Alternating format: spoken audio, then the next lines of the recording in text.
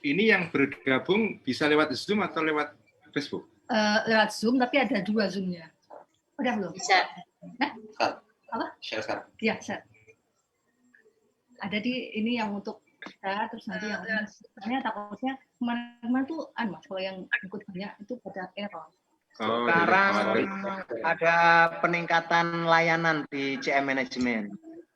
Jadi Zoom khusus gitu. untuk narsum, Zoom khusus untuk peserta, dan live streaming di FB. Ya, keren. Wah, makin top ngono ya. Lebih karena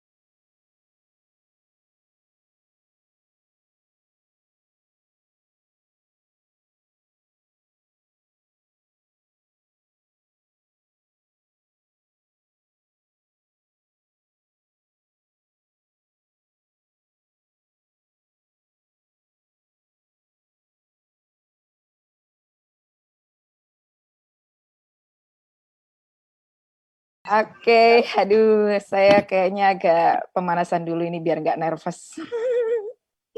Kan sudah hari 3 kilo Mbak Vira. Aduh, Pak Lurah ini ledek terus. Aduh. Baik, teman-teman semuanya yang ada di Zoom ini maupun yang ada di FB, ini udah lumayan banyak yang sudah hadir dan ngabsen di FB ini.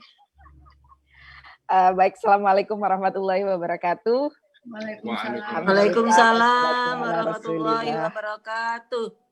Amma ba'du. Pak Lurah Ngaji Ihya yang saya hormati, yang saya takrimi, yang kita semua hormati, dan aku mau bilang cintai dan sayangi tapi nggak enak sama Mbak Admin. Dan Mbak Admin tentunya yang kita semua sayangi dan hormati. dan seluruh seluruh santri online Ngaji Ihya dan juga seluruh peserta semuanya aja yang pada malam hari ini telah tergabung baik di Zoom maupun di live FB. Saya ucapkan terima kasih telah bergabung dan semoga kita semua dalam keadaan sehat, bahagia. Kayaknya itu semua yang paling penting di atas segalanya dari situasi hari ini gitu ya. Dan malam hari ini, karena tadi saya bilang sehat dan bahagia adalah kunci di hari-hari seperti ini, jadi malam hari ini tuh kita akan mudah-mudahan akan ngobrol santai yang menimbulkan rasa bahagia, yang pastinya akan meningkatkan imun kita. Kita akan apa ya bahasa formalnya kita akan talk show selama 1 jam.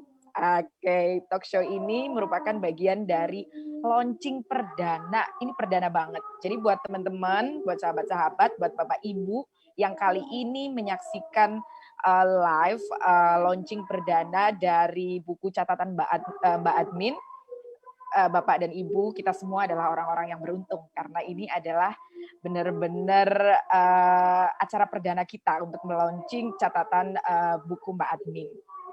Baik, Bapak Ibu dan teman-teman yang saya hormati, buku ini, catatan Mbak Admin ini merupakan rekaman di balik layar Kopdar Ngaji Ihya di berbagai daerah di Indonesia, bahkan di luar negeri, yang tentunya kita semua tahu dong siapa penulisnya kalau bukan Mbak Ines Suroya. Tapi buku ini tidak hanya berisi tentang catatan di balik layar Kopdar Ngaji Ihya, tapi juga berisi tentang mengulas tentang kunjungan Mbak Ines dan tentunya Pak Lurah ke berbagai pesantren. Di sana juga beliau melakukan sowan dengan para kiai di kota-kota tersebut atau ya di kota tersebut dan mungkin di negara yang dikunjungi, ziarah ke makam wali juga dan juga di buku itu juga mengisahkan sisi personal keluarga Mbak Admin. Wow, ini keren banget dong. Kayaknya kita kan taunya wah ini catatan di balik layar Ngaji Kopdar Ihya aja ya, tapi ternyata tidak. Tapi yang lebih penting dari semua ini, dari semua itu yang tadi saya sebutkan, buku ini ada sebuah bukti. Biasanya kan ada banyak jargon yang sering kita dengar ya, bahwa kesuksesan seorang suami atau seorang laki-laki, di balik kesuksesan seorang suami atau laki-laki ada perempuan yang hebat gitu. Nah ini pembuktian banget nih, kalau di balik kesuksesan Ngaji Ihya yang diampu oleh Pak Lurah, idola kita semua, Mas Ulil Absor Abdallah, ternyata di depannya, ini bukan di belakangnya, tapi di depannya, dikatakan ngaji, Mbak Ines kan ngesutnya dari depan. Di depan kesuksesan Mas Ulil, ada seorang Mbak Admin, Mbak Ines Suroya. Nah, ini buku ini merupakan pembuktian bahwa ya suami dan istri, laki-laki dan perempuan bisa hand in hand, bisa saling bekerja sama untuk menebar banyak bahagia dan manfaat untuk semesta. Keren banget pokoknya ini inspirasinya. Dan kita semua pasti udah tahu ya Mbak Ines itu siapa gitu ya. Mbak Ines merupakan, tadi saya sudah sebut, tentu kita santri online Ihya memanggil Mbak Ines dengan panggilan kesayangan Mbak Admin. Beliau adalah istri satu-satunya dan the one and only Pak Lurah kita semua, pengampu Ngaji Ihya. Beliau juga putri pertama dari Gus Mus, Abah Mustafa Bisri, dan ya beliau rekam jejak pendidikannya kita udah tahu semua, dan pesantrennya dari di SMA 8 apa 6 Semarang, Mbak. Ini karena saya sebenarnya kan host Itik Kiplik ini, Mbak. Tapi disuruh jadi moderator yang agak formal, dikasih cue card. Jadi maklum kalau nanti agak tergagap-gagap karena nggak biasa pakai cue card. Karena moderator ini Kiplik yang biasa asal ngomong, tapi di sini harus dibatasi ini. Nah, oke, kayaknya saya nggak usah memperkenalkan panjang lebar tentang Mbak Admin yang merupakan penulis dari buku catatan Mbak Admin ini, kita semua udah tahu bagaimana Mbak Ines yang ketika menikah dengan Mas Ulil, kemudian mempunyai 2 orang putra, 2 orang laki-laki yang keren-keren banget, dan setelah memiliki putra, beliau memilih untuk menjadi ya ibu rumah tangga yang mengurus anak-anak, yang mengurus ya keperluan anak-anak, keluarga dan sebagainya. Dan ternyata di balik itu semua, setelah perjalanan panjang Mbak Ines mendedikasikan diri untuk keluarga, kemudian setelah lahir Ngaji Ihya, Mbak Ines mempunyai aktivitas yang luar biasa, tentunya pada saat itu sangat sibuk, sampai saat ini sih ya, setiap malam Jumat dan acara-acara lainnya sangat sibuk, dan ketika itu pasti ada perubahan gitu aktivitas Mbak Ines sebelumnya dan ketika menjadi seorang Mbak Admin. Nah, kita akan ngobrol-ngobrol di sini nih. Nah, ini kayaknya karena mungkin kalau saya lihat dari live di FB, saya yakin banyak santri santri online yang juga terlibat di sini ya. Ya. Inilah. Oke, mohon maaf, ada masalah teknis sedikit. Nah, jadi pasti kita semua udah tahu bahwa Ngaji Ihya ini udah berjalan mau tahun keempat ini ya Mbak ya? Ya, ya. Mau tahun keempat ini bagi kita semua ini adalah capaian yang sangat luar biasa karena bisa istiqomah sampai hampir 1 periode pemerintahan, yaitu 5 tahun. Kayaknya kita harus rayakan.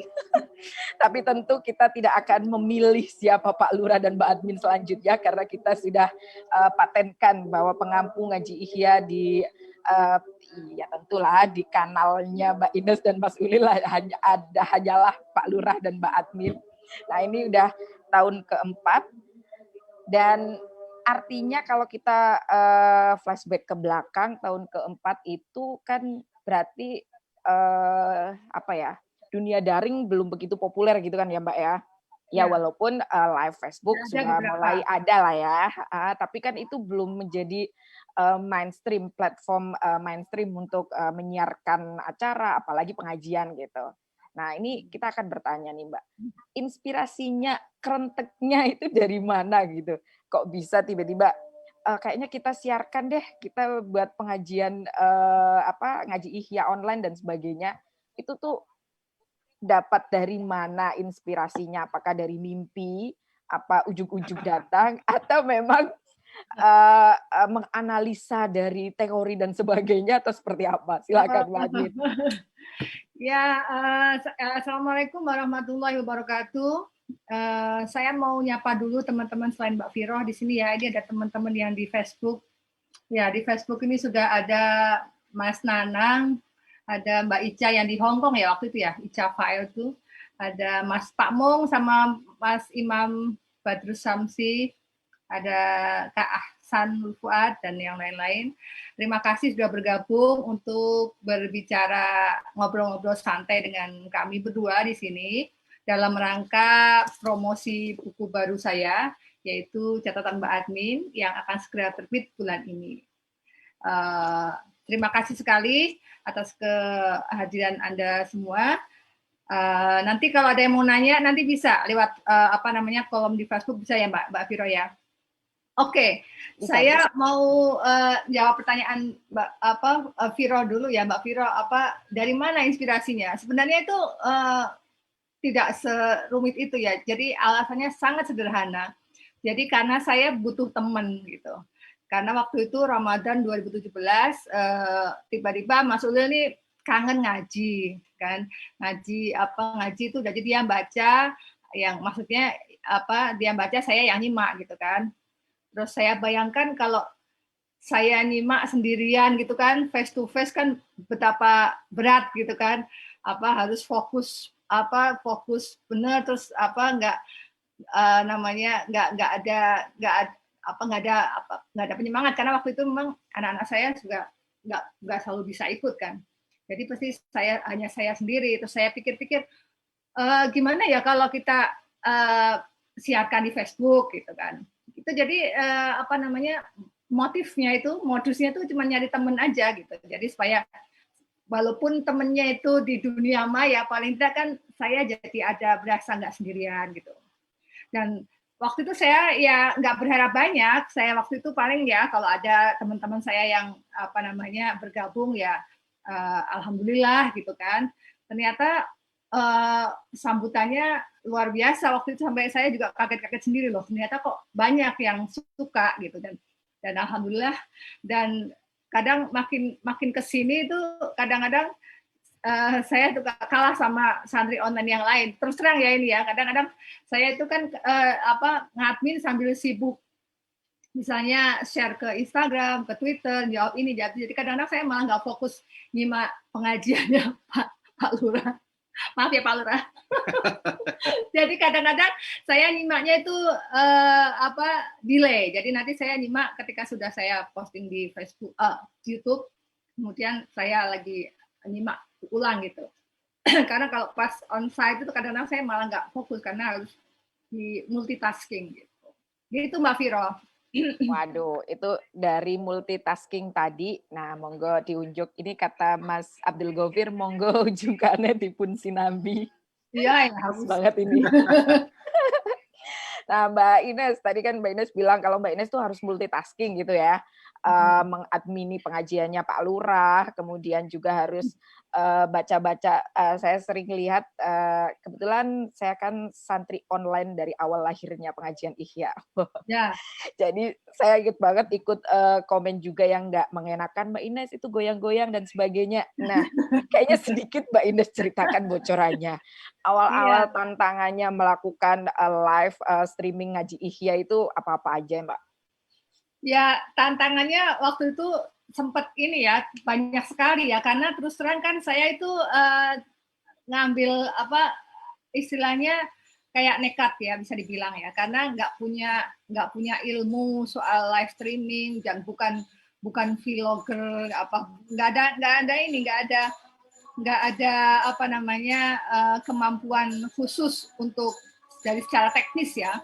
Dan waktu itu kita juga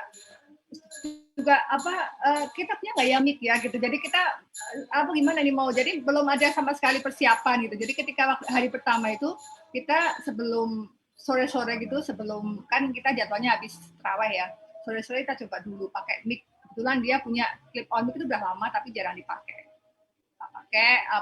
Kita coba ngerekam video pakai HP kan.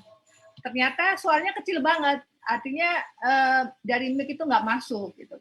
Terus coba lagi. Jadi trial and error tuh nggak tahu entah berapa kali, soal audio aja kan. Nah tapi nggak tahu gimana tiba-tiba ketika kita coba akhirnya bisa pakai mic gitu. Akhirnya bisa masuk dan itu alhamdulillah teratasi. Masalah berikutnya adalah tripod. Karena waktu itu kita punya tripod itu saya beli asal aja di Facebook gitu.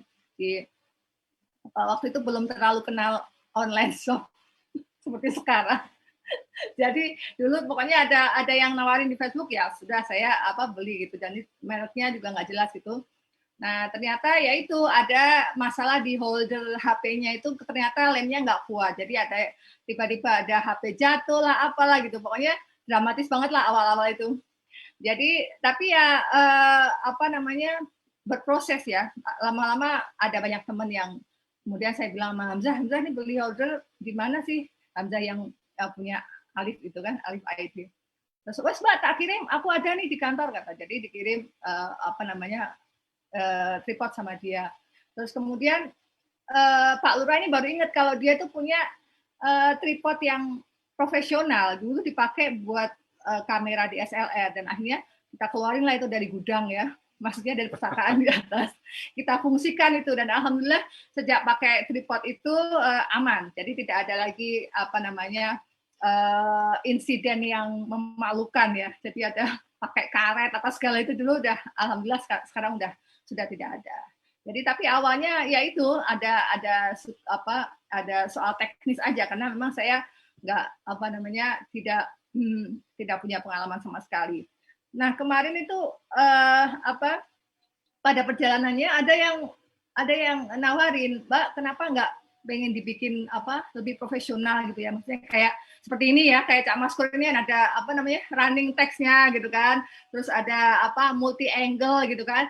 Saya waktu itu udah sempat belajar sama anak buahnya Safek Ali gitu kan, sudah sempat belajar, diajarin itu mesti pakai OBS Mbak, pakai laptop. Saya saya bilang saya kayaknya kalau dengan kan dia pernah syuting juga di sini dari NU online ya. Terus kemudian kalau di PBNU juga kan mereka punya tim. Kalau untuk seprofesional itu memang nggak bisa satu orang. Jadi ada laptop, kemudian ada pakai kamera, ada lightingnya juga. Jadi saya pikir kalau saya mau seperti itu, saya harus hire orang gitu kan. Saya harus punya tim, karena nggak mungkin saya angkat-angkat barang segitu sendirian kan. Kalau kalau sederhana kan saya bisa bawa tripod sama HP kan tidak masalah. Tapi kalau harus tuntutannya seperti profesional kayak di 164 channel atau Cak Maskur seperti ini ya, itu kayaknya saya udahlah, saya kayaknya nggak dulu saya bilang. Nah, toh yang penting buat santri online kan audionya kan ya. Audio asal bisa dengar Pak Lurah itu mereka sudah puas. Jadi sementara ini gitu dulu, dan dilalah ya setelah itu kan ada pandemi. Jadi kita keluar kotanya juga akhirnya harus hold dulu, nggak bisa diterusin dulu. Ya juga ada akhirnya ya udah sama kita dari segi teknis ya mungkin tidak ada perkembangan signifikan. Tapi alhamdulillah sudah ada komunitas santri online yang selalu menyimak ngaji Pak Lurah Pondok dengan ikhlas ya, tidak menuntut macam-macam. asal audio jelas itu sudah cukup. Ya sudah. Karena soal gambar kan juga gitu. Kita kan nggak tahu gambar itu tergantung oleh kualitas internet kan. Jadi kadang-kadang kalau cuacanya jelek itu ya agak blur gitu kan di Facebooknya. Tapi kalau audio insya Allah kita bisa handle. Karena begitu mic-nya udah masuk, insya Allah udah. Itu kira-kira lah. Keren. Ternyata bukan semenderita itu sih, tapi ternyata dari yang tadi kata Mbak Ines, jeplak itunya terus pakai karet terus kayak itu, ternyata nggak mudah gitu. Kayaknya kalau kita kan dikira itu cuma yang penting ngatekin HP gitu, terus Mas Ulil duduk terus sudah gitu, Mbak Ines ikut ngaji. Kayaknya dari kita yang menyaksikan gitu loh Mbak. Tapi ternyata ada banyak perjuangan yang Mbak Admin lakukan. Wow, kita semakin appreciate dan semakin penasaran gitu cerita-cerita Mbak Admin lebihnya yang tentunya hanya ada di buku catatan Mbak Admin. Jadi bagi kalian yang belum memesan, ini pemesanannya diperpanjang. Ini kayaknya aku udah pro banget ya jadi moderator. Kan ini kan iya tuh, itu bukunya, pemesanannya diperpanjang. Oke. Kembali lagi nih Mbak ke tentang perjalanan ngaji Ihya. Tadi kan udah perjalanan bagaimana Mbak Admin mengadmini ngaji Ihya. Ini kita, saya yakin santri online dan semuanya juga penasaran. Kenapa memilih kitab Ihya Ulumuddin gitu? Kalau di Hasanah Keilmuan Islam kan banyak sekali kitab-kitab yang menarik gitu. Ini pemilihan kitab itu apa ada memang pemilihan Mas Ulil Pak Lurah sebagai pembalah, ataukah ada bisikan dari Mbak Admin atau dari mana gitu? Mungkin kalau ini Mbak Admin dan Pak Lurah juga bisa ikut merespon. Oke. Kalau ini yang jawab Pak Lurah aja, karena saya waktu itu pokoknya ngaji apapun saya ikutin nggak gitu ya. Ini Pak Lurah, monggo Pak Lurah dijawab itu tanyanya Mbak Viro. Kenapa kok milihnya Ihya itu? Kok bukan Duratul Ukudulujen. Udah banyak yang ngaji. Monggo Pak Lurah. Ya, assalamualaikum warahmatullahi wabarakatuh. Waalaikumsalam. Ya, pertama terima kasih kepada Cak Maskur, kepada teman-teman Afkaruna dan Mbak Viro yang sudah menuan rumahi acara pada malam hari ini. Kenapa saya milih Ihya? Ya, pertama karena saya memang suka kitab ini ya. Dari dulu saya membaca kitab ini dan saya termasuk pengagum Imam Ghazali. Dan nah, faktor yang lain sebetulnya ya karena saya sendiri itu apa ya, tadi seperti dikatakan Mbak Admin, saya itu kangen ngaji gitu, dan karena saya suka kitab Ihya, suka Imam Ghazali, saya coba ngaji kitab itu. Tapi juga hal lain yang ingin saya raih dengan ngaji ini sebetulnya itu apa ya? Saya kepingin literatur atau kitab-kitab yang kalau dalam tradisi pondok itu dianggap kitab-kitab untuk orang tua, orang sepuh ya. Seperti kitab Ihya ini kan dalam persepsi dulu waktu saya masih di pondok itu ini kitab untuk orang-orang yang sudah senior, sudah sepuh dan segala macam ya. Nah itu saya kepingin kitab ini itu didekatkan kepada publik yang lebih luas itu. Dan dikaitkan dengan masalah-masalah yang kita hadapi sekarang. Saya semula sih tidak yakin bisa ya, karena ini kitab memang ya kitab orang sepuh beneran. Saya nggak yakin bisa, tapi ya pelan-pelan saya belajar juga ya, saya belajar itu. Ternyata bisa. Dan saya senang sekali karena akhirnya bisa membawa Ihya ke tengah-tengah publik ya. Dengan cara yang tidak terlalu angker, karena kitab Ihya ini sebetulnya kitab yang angker dalam pengertian serius, banyak mitos-mitos di sekitar kitab Ihya ini,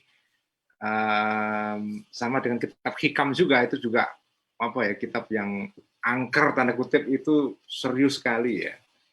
Tapi saya kepingin sesuatu yang serius ini bisa cair dan dikonsumsi banyak kalangan. Itu Mbak Vira. Nggih.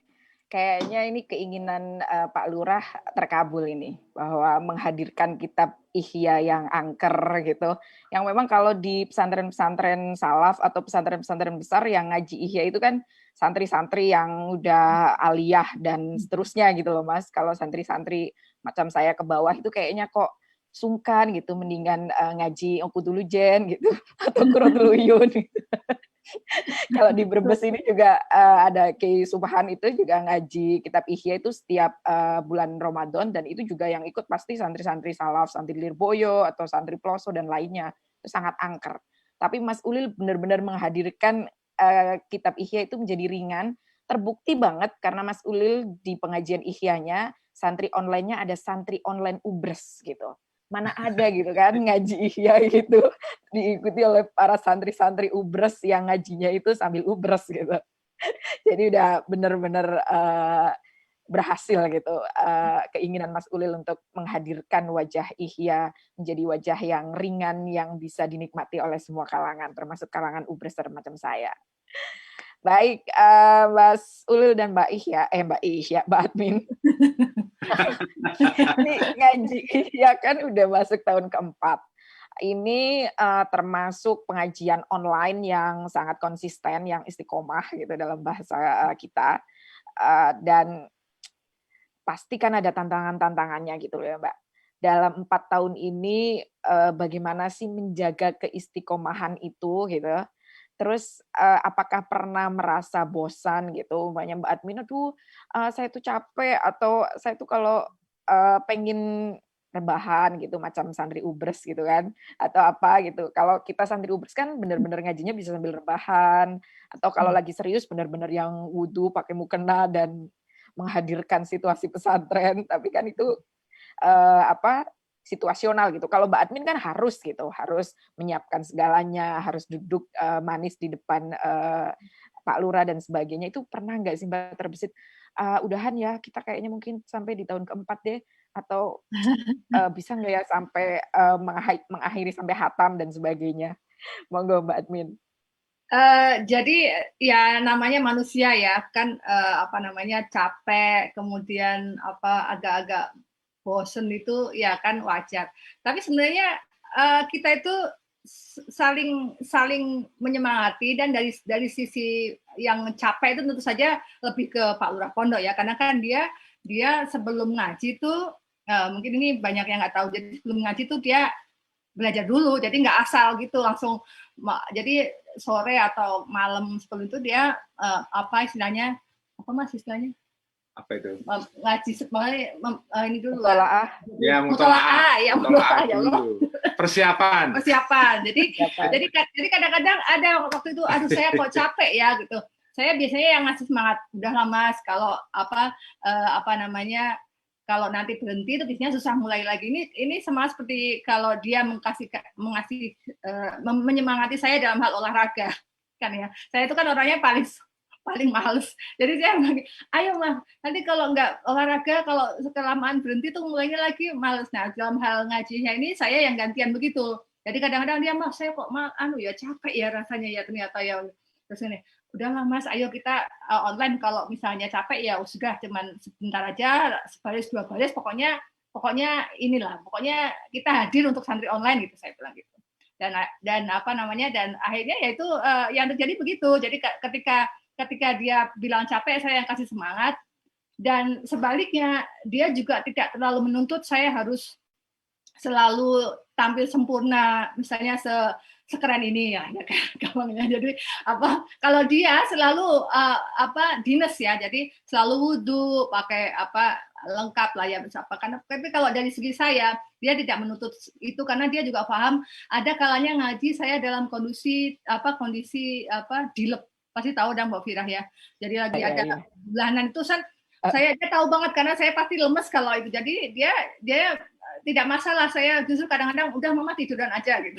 Jadi walaupun pakai kerudung rebahan itu ya pokoknya asal sudah nyala tuh tidak masalah. Jadi dia tidak yang pokoknya Mama juga harus ini, harus benar-benar kita itu ngadep Imam Ghazali harus.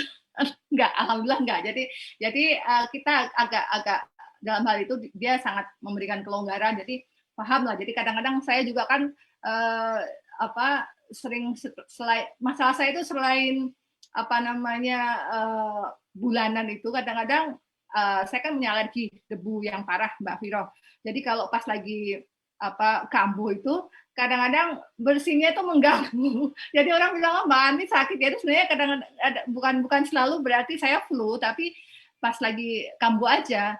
Alhamdulillah sekarang di masa pandemi ini saya rasakan ya, karena pakai masker kemana-mana itu justru saya agak jarang saya rasakan ya kambuh gitu. Jadi kalau kadang-kadang bahkan ketika kambuhnya agak ekstrim, itu saya tinggal, Mbak Viro, pernah saya tinggal gitu. Jadi saya nyalakan, terus saya agak menjauh gitu, supaya kalau bersin tidak masuk. Tidak ada background bersin-bersin gitu. Jadi gitu. Jadi yang di balik layar tuh ada banyak cerita gitu. Jadi begitu. Jadi kita saling menyemangati supaya di saat Pak Lurah capek, saya yang kasih semangat. Di saat saya capek ya kadang-kadang kita libatkan Billy gitu ya. Kadang-kadang kalau saya pasang Bill nanti titip ya ini ya kalau begitu gitu. Jadi gitu deh. Pokoknya semuanya untuk santri online. Kita dedikasikan. Oh ya ampun. Kita jadi kayak meleleh nggak sih? Dan saya tuh jadi mikir ini saya lagi acara talk show launching buku catatan Mbak Admin atau lagi acara talk show couple goal ya? Karena keren banget gitu ya. Tadi berbaginya di awal tadi kan saya udah menyampaikan bahwa buku ini adalah salah satu pembuktian gitu bahwa kerjasama kerjasama suami dan istri, laki-laki dan perempuan juga bisa menghasilkan sesuatu yang sangat bermanfaat luar biasa gitu. Dan kita jadi meleleh banget bagaimana Mbak Ines yang sangat mensupport Mas Ulil ketika sedang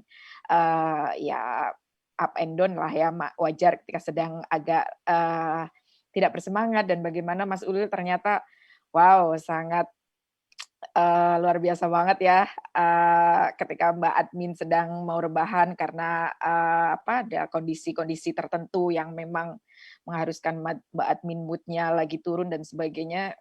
Aku pikir kan Pak Lurah tuh yang harus pokoknya kita harus wudhu bersama, kita ngaji seperti santri, nggak boleh ubres dan sebagainya gitu. Kalau begitu kayaknya kita tambah semangat ya, geng Ubers ya, untuk menemani Mbak Admin biar nggak ngantuk. Oke, Mbak Ines dan Mas Ulil, ini kan spesialnya dari ngaji Ihya, yang ini kalau di pembelajaran ini namanya kayak blended learning ini, Mbak.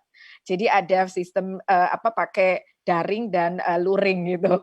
Ngaji Ihya juga kayak gitu kan, ada online-nya tapi juga ada kopdarnya. Nah, tadi yang di awal saya sampaikan kan, kalau buku catatan Mbak Admin ini kan menceritakan bagaimana kopdar ngaji Ihya atau offline ngaji Ihya yang seru banget tentunya. Dan ini telah telah dilakukan di berapa Mbak? Puluhan kota kayaknya ya, 20 kota atau lebih. Ya, segitu ya. Ya, sekitar segitu. Karena dan juga ada beberapa kota yang lebih dari sekali. Jogja itu. Betul. Betul. Jogja emang istimewa. Termasuk di luar negeri juga kan, di Korea yang saya ingat sih ya, di Eropa juga, di Amerika. Wah, ini udah sampai 3 benua. Wah, luar biasa sekali. Nah, saya mau nanya nih Mbak Admin.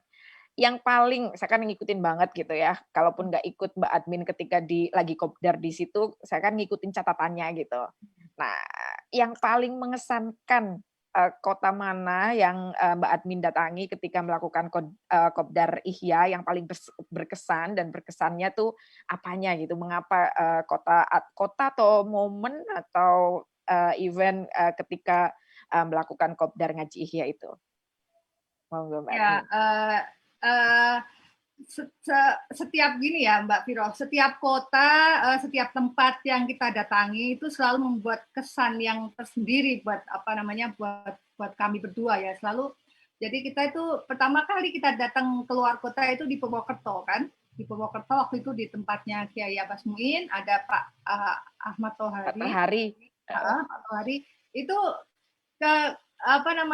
kita itu setelah itu malah kayak anak kecil yang excited gitu, nggak bisa tidur Mbak Viro, padahal jam 12 lewat kan. Jadi itu kita tuh sampai yang wah gitu ya, padahal maksud saya waktu itu kita datang tidak ada ekspektasi yang berlebihan kan, tidak ada harapan pokoknya ya nanti berapa orang datang, ternyata yang datang tuh banyak dan beberapa itu dari luar kota. Saya ingat itu sungguh mengharukan. Jadi saya sampai ternyata mereka mau ya bela-belain, ada yang dari Mas Gofir ya kalau nggak salah waktu itu datang ya, dari Purbalingga, ada Mbak Tuti sama Mas Nanang dari Jogja. Sampai dibela-belain gitu loh ya, sampai heran saya. Jadi kita itu yang sampai antara terharu dan bersyukur ya, ternyata kita itu apa yang selama ini saya anggap sebagai hal yang sederhana, ternyata buat buat teman-teman santri online itu berharga gitu, cukup berharga untuk didatangi. Nah, salah satu yang menarik yang berkesan juga adalah ketika tentu saja yang ketika kita diundang ke Korea Selatan ya. Tentu sudah bisa menduga karena apa ya? Karena ada Abah. Karena waktu itu dan selain karena kehadiran Abah satu panggung di situ, jadi ketika Mas Ulil juga ngaji tuh kayak semacam diawasi sama mertuanya gitu kan. Itu selain itu juga karena tempatnya itu di hall yang luar biasa besar. Jadi dan mungkin sekitar 90 atau 80% tuh laki-laki. Bayangin aja. Jadi saya itu tapi saya bilang pokoknya kebetulan kan yang undang saudara sendiri ya. Jadi saya bilang, Mas, pokoknya saya harus sama Abah sama Mas Ulil gitu. Saya nggak bisa jauh karena saya harus deket gitu. Saya ini ada santri online yang di belakang saya yang harus menyimak ngaji ini dengan baik gitu. Terus begitu sampai gitu, jadi ada tuh videonya kan ketika kita masuk itu ya Allah. Jadi saya tuh udah chaos banget di kiri kanan tuh kayak apa gitu yang merinding pokoknya. Tapi saya nggak mau masuk dari bagian perempuan kan. Jadi saya dikawal sama banser itu kan. Alhamdulillah. Nah, saya juga waktu itu juga bingung. Ini gimana saya naruh tripodnya ya? Karena kalau saya naruh tripod tepat di depan panggung yang agak jauh, itu pasti nggak bakal muat ininya, kabel mic-nya. Jadi akhirnya saya minta izin, Mas, saya ikut ke panggung ya. Jadi panggungnya kan gede tuh. Jadi saya tuh di pinggir panggung, jadi di atasnya para audiens. Jadi ada foto-fotonya, saya bilang, ya Allah saya ini gila ya, apa saya nggak kebayang gitu. Jadi saya perempuan gitu ya, tiba-tiba metungul sendirian gitu di pojokan di pinggir panggung itu, karena kalau saya harus memastikan audionya masuk gitu aja kan. Kalau cuma kita ambil gambar bagus tapi audio nggak masuk. Jadi akhirnya meskipun angle-nya dari sisi sebelah samping gitu ya, yang penting audionya. Dan alhamdulillah waktu itu termasuk viewernya paling tinggi ya, karena ada apa kan. Jadi saya sampai, dan itu komen-komennya membuat, yang saya ingat itu komennya Mas Gafar, Profesor Gafar Karim itu yang terharu lah melihat ada kiai besar, maksudnya mau hadir menyimak anak menantunya ngaji gitu kan. Itu jadi kita kayak gitu membuat saya semangat, Mbak Viro. Jadi kalau misalnya teman-teman bilang saya ini kok ubrus banget ya, seringnya komen. Jadi ya jangan merasa seperti itu, karena justru komen-komen itu membuat saya terhibur dan tidak merasa feedback itu bagus. Jadi saya kalau ada masukan atau apa itu selalu akan saya perhatikan, dan jadi jangan merasa kok saya kayaknya serius banget ya kalau ngaji gitu, enggak. Itu justru saya merasa ada temennya itu. Jadi itu yang penting gitu. Okay. Kalau misalnya ada yang terganggu kan bisa di swipe ya, bisa diusap, itu hilang semua itu ke ininya. Jadi buat saya ya begitu. Itu salah satu pesan di Korea Selatan ya. Ya, bukan berarti yang lain nggak terkesan ya, karena ada juga yang saya lupa di mana ya, di kalau nggak salah di Gorontalo. Itu saya nggak boleh masuk. Nggak, maksudnya dari depan nggak boleh masuk. Ibu lihat sini ibu. Saya harus saya istilahnya ngeyel sama ya udah akhirnya kan ada banser, saya dikala sama banser perempuan kan, yang pakai banser gitu. Terus jadi diarahkan lewat belakang, karena memang kan benar-benar ini laki ini perempuan pisah banget karena di masjid gede kan. Tapi ya sudah, begitu dari belakang saya tutup aja ke depan. Saya harus di depan. Kalau saya nggak di depan, nih santri-santri nggak bisa ngikutin. Akhirnya ya udah, mereka akhirnya menugaskan 2 orang banser perempuan di belakang saya. Jadi semuanya laki-laki semua itu. Jadi kayak gitu itu yang menurut saya unik ya, karena ya gitu. Jadi mungkin di beberapa tempat seperti pondok pesantren yang ini kadang-kadang bapak-bapak Pak Yai itu bingung juga, ini karena perempuan nyesel di bagian laki-laki ini gimana gitu ya. Tapi ya saya itu demi santri online lah. Saya bismillah, insya Allah alhamdulillah sih sekarang udah banyak orang yang ngerti lah ya, jadi nggak terlalu mempermasalahkan hal itu lagi. Gitu. Wow, keren banget. Emang jangan diceritakan semua, Mbak, karena cerita-cerita keseruan tadi kan memang ada di buku catatan Mbak Admin kan? Iya, betul. Ya, kan? Nah, itu pokoknya tadi kita dapat bocoran 2 cerita aja, saya udah yang senyum-senyum sendiri dan udah bisa mengimajinasikan, apalagi sambil membaca. Ini kayaknya imajinasinya tuh semakin liar gitu. Jadi kalian semua, terutama santri online, memang harus banget mesan buku catatan Mbak Admin. Ini keren banget karena salah satu di dalamnya adalah isi tadi kunjungan keseruan Mbak Admin gitu, tidak hanya di Korea Selatan dan juga di Gorontalo. Nah, ini nyambung ke buku tadi nih, Mbak. Nah, gimana sih proses kreatif di balik buku catatan Mbak Admin ini? Dan Mbak Admin juga harus ikutan mendorong dong. Mengapa kita semua harus membaca buku catatan Mbak Admin ini gitu? Iya, ya sebenarnya saya prosesnya gimana ya? Ya sebenarnya saya cuma pengen aja supaya ada kenangan gitu ya. Saya waktu itu ya pokoknya ya waktu itu kan saya memang sudah agak lama di media sosial kan, ya pasti Firoh tahu kan, yang namanya konten itu ya kita harus selalu bikin supaya ada apa namanya keterikatan dengan apa teman gitu kan, dengan follower, dengan nah itu saya kemudian mikirnya sederhana aja. Saya barangkali apa yang saya tulis, apa yang saya apa nanti ada gunanya meskipun sedikit itu kan gitu. Jadi saya ingat waktu saya itu nggak pernah bawa catatan gitu ya kalau pergi-pergi ya.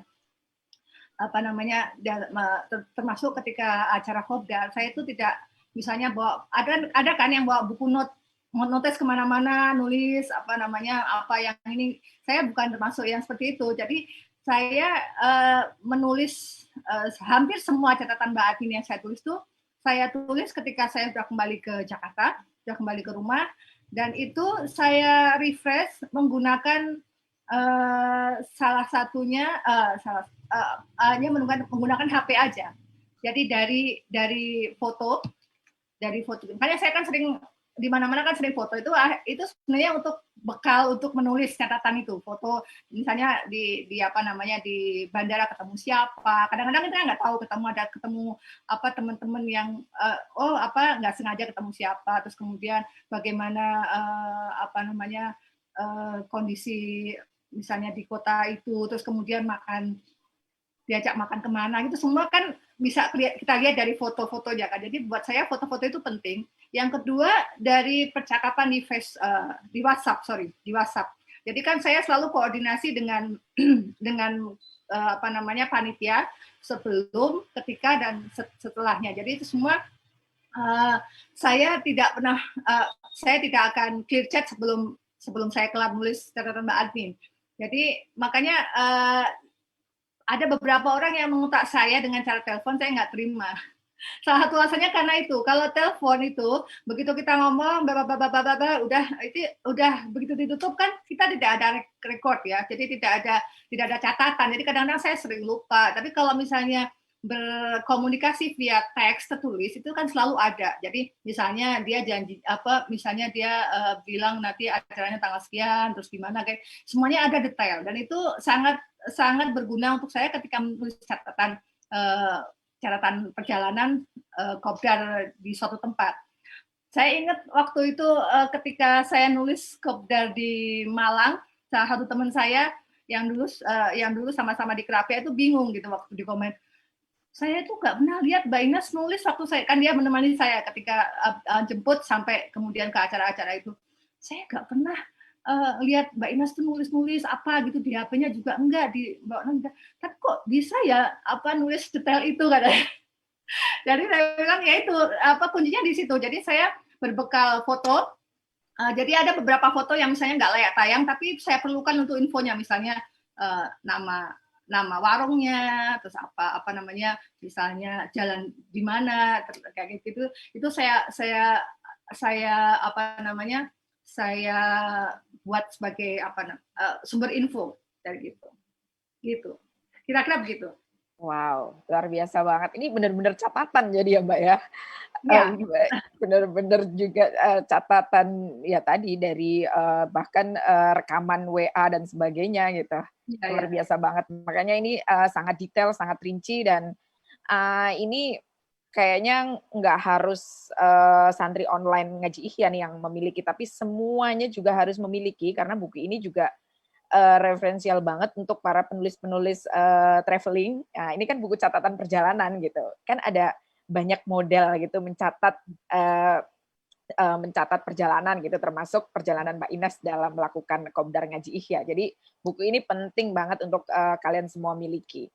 Dan sebagai info, ini live streaming di FB Mbak Ines ini spesial banget, karena biasanya kalau ngaji online Pak Lurah kan nggak melakukan interaksi gitu ya, dan biasanya Mbak Admin gitu yang melakukan balasan komen dan sebagainya.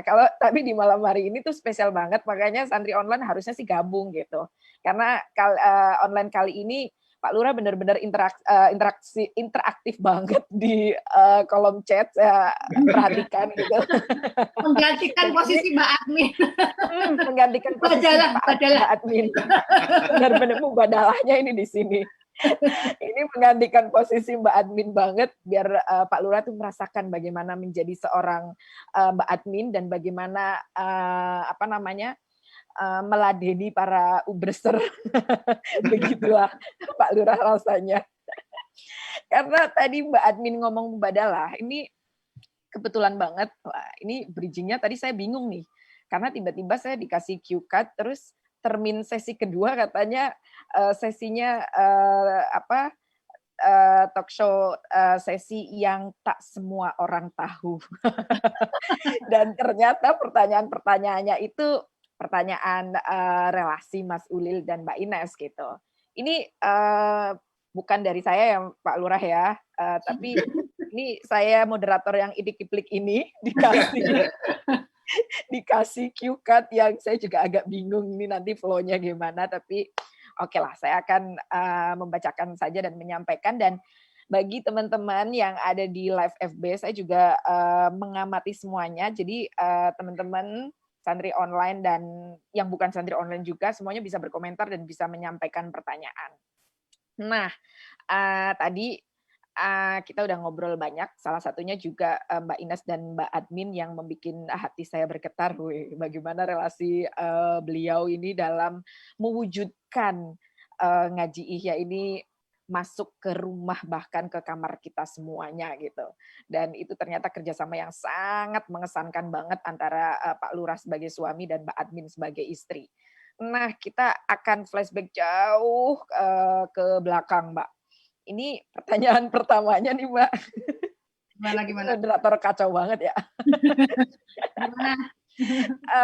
Ya kan, kita melihatnya kan saat ini aja kan, ketika Mbak Admin dan Pak Lurah lagi hangat-hangatnya, romantis-romantisnya, dan bahagia-bahagianya membagikan kebahagiaan, kalau kata Kang Fakih, bahagia membahagiakan. Nah, tapi kalau flashback ke awal gitu, pertemuan Mbak Admin dan pertama kali dengan Pak Lurah itu di mana sih? Kalau saya udah tahu Mbak, karena saya udah pernah diceritakan, tapi ini ada di pertanyaan ini gitu, dan saya harus wajib menyampaikan ini. Saya kayaknya sudah pernah cerita waktu Mbadalah itu ya, tapi sekarang coba kita tanyakan dari segi Pak Lurah ya. Masa saya dari tadi? Oke, boleh. Mana Pak Lurah? Coba dijawab Pak Lurah. Ayo Pak Lurah cerita. Kali-kali Pak Lurah tuh ngobrol yang ringan, ya kan? Silakan Pak Lurah. Wah, ini cerita cerita rahasia dapur. Ya, singkat ceritanya itu supaya nggak berkepanjangan ya.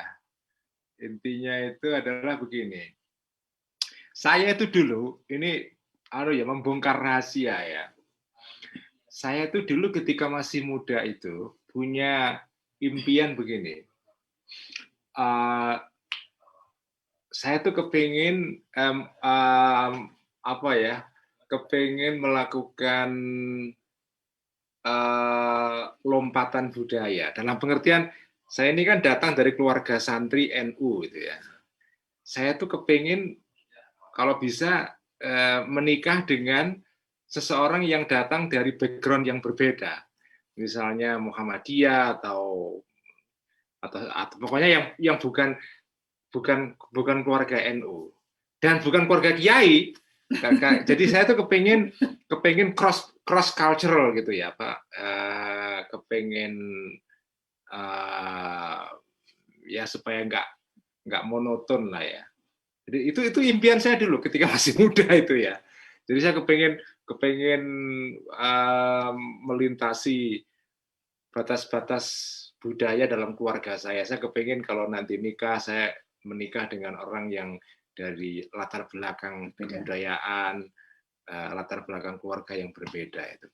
Tetapi ayah saya seorang kiai kampung ya, saya Kiai Abdullah Rifai itu beliau punya prinsip ya kamu harus nikah dengan keluarga kiai gitu, nggak boleh tidak itu. Jadi Jadi saya harus nikah dengan keluarga kiai. Nah, mula-mula saya agak kecewa karena impian saya dari muda itu saya kepingin melakukan pernikahan yang lintas budaya. Tiba-tiba ayah saya menghendaki yang lain. Nah, kemudian saya itu memutuskan, oke, saya akan mengikuti keinginan ayah saya, tapi saya ingin melamar putri kiai yang besar sekali gitu. Yang menurut estimasi saya tuh nggak mungkin diterima. Jadi langsung ngambil target yang tinggi banget itu. Nah kemudian saya diskusi entah bagaimana ceritanya. Tiba-tiba pernah saya diskusi di Lakpesdam ketika itu saya masih menjadi staf di Lakpesdam ya. Tiba-tiba ada yang ngusul, wah kalau begitu bagaimana kalau kamu mencoba mendekati putrinya Gusmus itu. Wah cocok ini sesuai dengan dengan tadi itu gambaran saya. Jadi saya ingin mendekati putri kiai besar yang nggak mungkin saya diterima, sehingga nanti saya punya alasan untuk bilang kepada orang tua saya sudah berusaha tapi gagal itu. Ini serius. Jadi saya tuh ketika jadi saya tuh tidak berkenalan dengan Mbak Admin dulu, tapi melalui Gusmus itu. Ya tentu saja karena saya tidak kenal Mbak Admin dan dia kan kuliah di Jogja, saya di Jakarta. Nah kemudian ya sudah, tujuan saya itu pokoknya saya menyenangkan hati ayah saya sudah berusaha mencoba untuk menikah dengan keluarga kiai, tapi ya gagal gitu kan. Ya saya akan kembali kepada tadi itu niat saya nikah secara cross budaya gitu, lintas budaya. Nah kemudian ketika saya tiba-tiba ketua Lakpesdam ketika itu, Lakpesdam Pusat, menawarkan diri untuk datang ke Gusmus untuk melakukan PDKT. Luar biasa yang melakukan misi diplomasi ini adalah ketua Lakpesdam ketika itu, almarhum Bapak Maskur Maskup, guru saya waktu masih saya sekolah madrasah di Kajen di Matoliul Falah ya. Nah, ketika Pak Maskur Maskup itu sowan ke Rembang, ketemu Abah, ketemu Gusmus ya, ya menyampaikan maksudnya, ya kata Abah ketika itu, loh Ulil itu kepengen nikah sama anakku atau sama saya, kok saya yang didekati. Ya kalau mau nikah sama anak saya ada apa kontak dengan anak saya. Kemudian beliau ngasih nomor handphonenya dia ketika itu masih di Kerapia ya. Nggak ada handphone waktu itu. Bukan handphone, telepon. Surat. Iya surat, alamat ya. Dikasih alamat pokoknya di Kerapia. Ya intinya di luar dugaan saya, loh kok saya diterima. Padahal saya itu bayangan saya nggak mungkin lah saya ini anak kiai tapi kiai kampung, kiai kecil saya tuh nggak punya bayangan masa Gusmus menerima saya, itu nggak mungkin itu. Jadi ketika saya bukan mengutus tapi ketika ketua Lakpesdam itu sowan ke Rembang untuk menanyakan putrinya Gusmus, itu saya sudah ya mungkin tidak 100% tapi 99% itu firm, yakin ini nggak mungkin diterima. Mungkin diterima. Seru banget ini ceritanya. Kayaknya hanya terjadi di sini Mas Ulil membongkar cerita cintanya dengan Mbak Admin yang jadi kalau boleh nyambung ya Mbak Viro, kalau boleh nyambung ya. Iya, silakan Mbak Admin. Setelah dapat alamat gitu kan, kemudian dia nulis surat. Nulis surat itu kayak proposal gitu, ada CV-nya. Jadi dia bilang pokoknya saya ini mencari istri, dia bilang pokoknya gitu. Jadi saya latar belakang keluarga saya begini-begini, kemudian ini saya udah selama ini saya menulis di kolom-kolomnya itu. Terus terang saya kan waktu kuliah itu bukan termasuk bukan kayak Hidayatul Thayyibah ya, salah satu santri UPRIS yang aktif gitu ya. Saya itu kuliah aja gitu, kuliah sama ngaji di Krapia udah, jadi tidak ikut PMII, tidak ikut HM, tidak ikut macam-macam. Jadi apa namanya, buat saya waktu itu nama dia tuh belum berarti apa-apa aja. mungkin kalau ya aktivis mungkin tahu ya, karena kan dia sering ngisi acara workshop apalah gitu. Jadi buat saya tuh dia benar-benar stranger, saya nggak kenal sama sekali. Dan kemudian tapi pada saat itu sebenarnya Abah itu sudah tahu banget lah ya, karena sama-sama di NU dan sering ketemu di beberapa acara gitu. Terus tapi Abah itu ini luar biasanya ya, tidak pernah istilahnya jangankan maksa ya, mau jojo-joi pun enggak. Jadi walaupun beliau sudah tahu kualitasnya Mas Sulil gitu ya, tapi nggak pernah. Jadi saya ketika saya telepon gitu kan, ini gimana udah nanyain kamu gitu, terus gimana Bah? Ya terserah kamu yang mau nikah kamu gitu kan. Jadi benar-benar saya itu tidak ada misalnya rekomen gitu ya. Iya itu ya Peter itu orangnya Peter gitu, enggak sama sekali. Jadi semuanya saya. Jadi waktu itu saya bilang ya udah setelah saya surat lamaran yang kayak proposal itu, saya bilang aja ya kalau saya nggak kenal kamu, tapi kalau melihat catatan misalnya prestasinya gitu kan ya, kayaknya kok sayang kalau dipinggirkan dan gitu ya. Pokoknya kita cobalah kita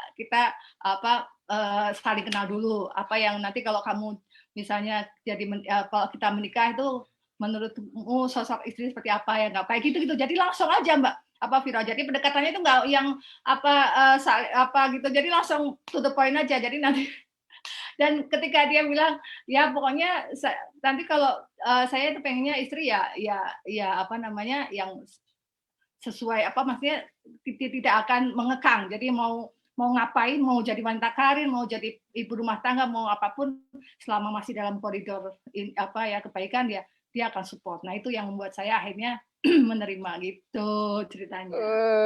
Keren banget. Ini di komen Facebook Live juga tambah rame banget ini. Karena ini kayaknya spesial dan hanya ada di talk show ini ya, launching catatan Mbak Admin. Pak Lurah dan Mbak Admin membongkar rahasia asmara awalnya gitu. Dan yang paling penting tadi ya, kita juga belajar bagaimana menjadi orang tua yang baik sebesar sekelas Gusmus gitu. Kita mungkin menganggapnya ya kita bisa sebut stigma kiai lah. Biasanya kan stigma yang disematkan kiai oleh santri adalah kiai besar biasanya kan menjodohkan anaknya, memaksakan anaknya. Tapi seorang Gusmus ternyata tidak sama sekali, luar biasa banget. Ini pelajaran banget untuk kita semua, terutama Bapak Ibu santri online yang sudah punya anak-anak gitu ya. Bagaimana mendidik anak dalam konteks ini, memilihkan jodoh pun diserahkan kepada anaknya, ini luar biasa banget. Keren.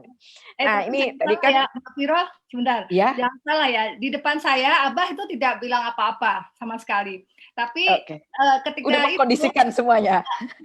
Maksudnya ketika waktu itu masih ada adik beliau yang sangat dekat dengan saya, Beliau Farida almarhumah. Itu langsung gini, wah ini Inas pasti mau nih, soalnya pinter nih kayak aku gitu. Dia pinter kayak aku kan, Inas bule orang yang kayak aku kan. jadi itu yang cerita bule saya waktu itu. Iya. Jadi ya itulah jadi ya memang sudah jalannya begitu ya. Jadi makanya kalau ada orang bilang saya dijodohkan, ya tidak juga ya. Jadi tidak ada paksaan dalam hal ini gitu. Jadi kita tapi ini ada cerita yang belum pernah saya kisahkan kepada Wow. Silakan. Ini baru di forum ini nih Mbak Viro ini. Ini forum ini spesial banget ini. Mbak Aida keren banget ini bikin Q-Cut. Jadi sebetulnya sebelum tadi itu saya dilamarkan melalui Ketua Lakpesdam ketika itu, yang ketika itu saya pesimis tidak akan diterima karena nggak mungkin orang kampung bisa diterima oleh kiai besar seperti Gusmus. Sebetulnya bertahun-tahun sebelumnya, jauh sebelum itu ada peristiwa yang seperti apa ya, seperti kayak isyarat bahwa pada suatu saat saya akan nikah dengan Mbak Admin ini. Jadi begini ceritanya. Ini sebelum saya ke Jakarta sebetulnya ya. Jadi saya itu ketika masih di kampung berteman dengan seorang teman saya, wartawan, yang dia ini terkagum-kagum sama Gusmus. Nah dan dia sering ya beberapa kali sowan ke Rembang dan dia cerita kepada saya tentang wah Gusmus itu luar biasa seniman dan ruang tamunya itu menurut dia itu unik karena apa? Karena atapnya. Ini apa namanya? Eternitnya itu apa namanya? Atap. Ada roda pedatinya itu Okay, di ruang tamunya itu di apa ya? Eternit itu ya? Langit-langit. Langit-langit ruang tamu itu roda pedati dipasang di ruang tamu di atas gitu. Itu bagi orang kampung sudah sesuatu itu nggak ada itu roda pedati kok dipasang di atas di ruang tamu itu sesuatu yang nggak biasa. Nah dia cerita banyak mengenai Gusmus itu. Nah kemudian dia cerita, nah Gusmus itu punya seorang putri. Dia cerita begitu dan dia cerita namanya Inas Suroya. Ya saya nggak tahu kenapa dia cerita begitu ya. Ya, tapi ketika itu saya nggak terpikir sama sekali bahwa mau menikahi atau apa ya itu informasi saja sebetulnya.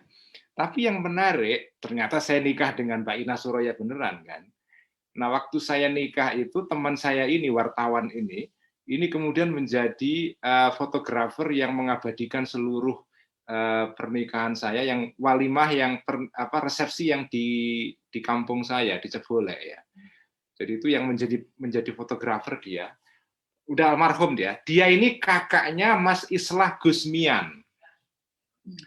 Islah Gusmian ini kalau teman tahu dia ini adalah dosen di IAIN Surakarta, Solo ya.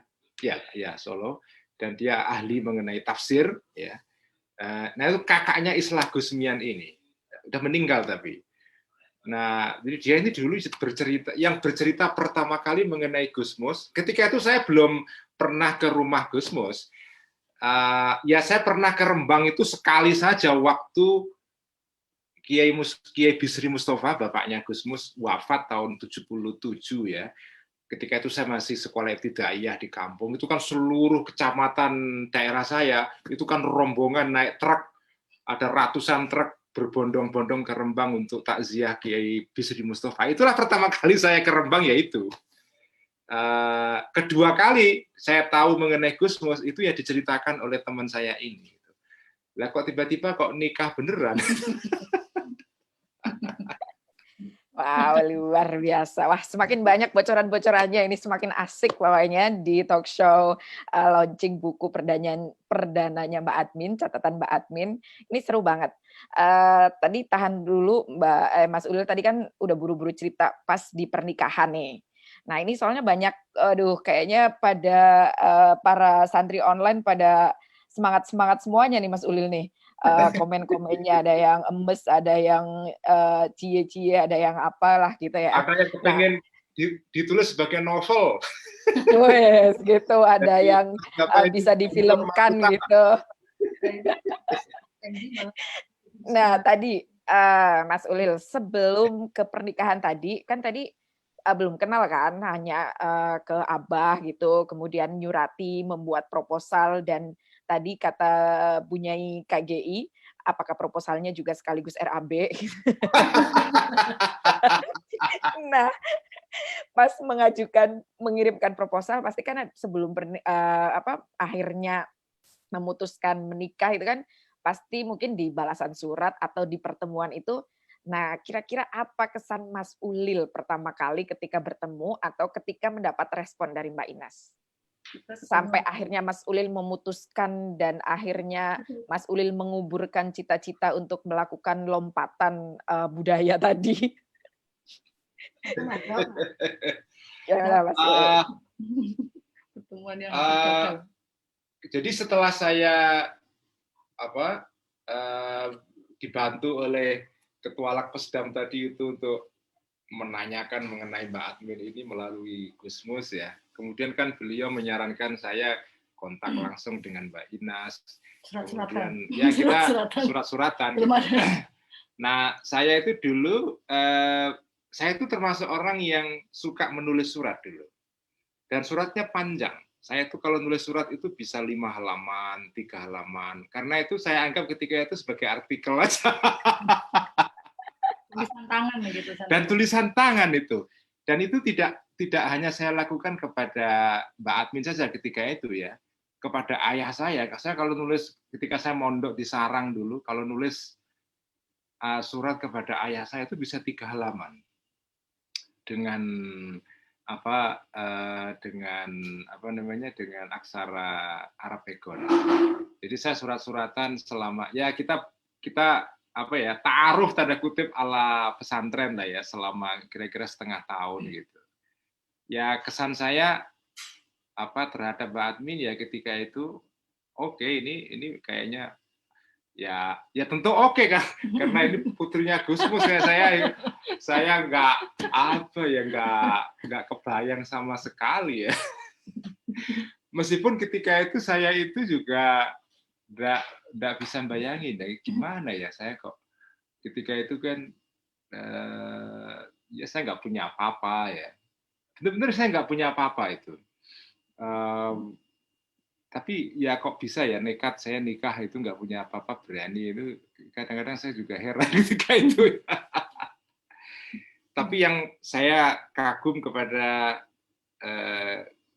kepada Gusmus ini memang kiai sosok yang sangat demokratis ya, dan itu terbukti dari cara beliau itu bukan memilih tapi membiarkan putri-putrinya berproses untuk mendapatkan suami ya seperti yang mereka inginkan, tidak ada paksaan sama sekali. Makanya sampai beberapa kiai itu heran loh, karena Gusmus kok tidak merekayasa tanda kutip ya, di conditioning gitu supaya putri-putrinya dapat kiai besar ini itu nggak ada itu.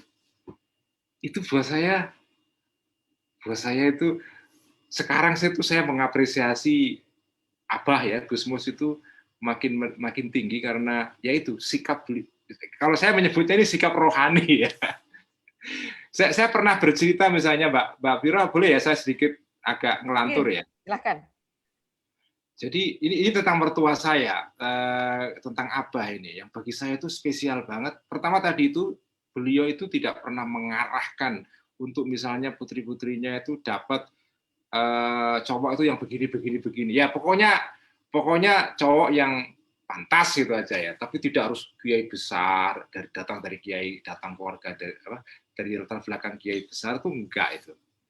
Ya ada juga yang putri beliau yang dapat putra kiai yang besar di Jawa Timur, ada juga. Tapi yang lain-lain ya kayak saya ini, bapak saya ini kan kiai kampung biasa.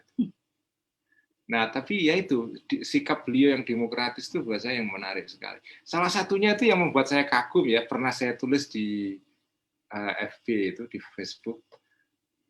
Abah kan sekarang punya kegiatan rutin tiap hari itu jalan kaki setiap hari ya, hampir setiap hari jalan sehat itu JJS. Nah, apa itu kadang-kadang kalau tidak ada temannya, biasanya ada temannya, ada yang nemani ya.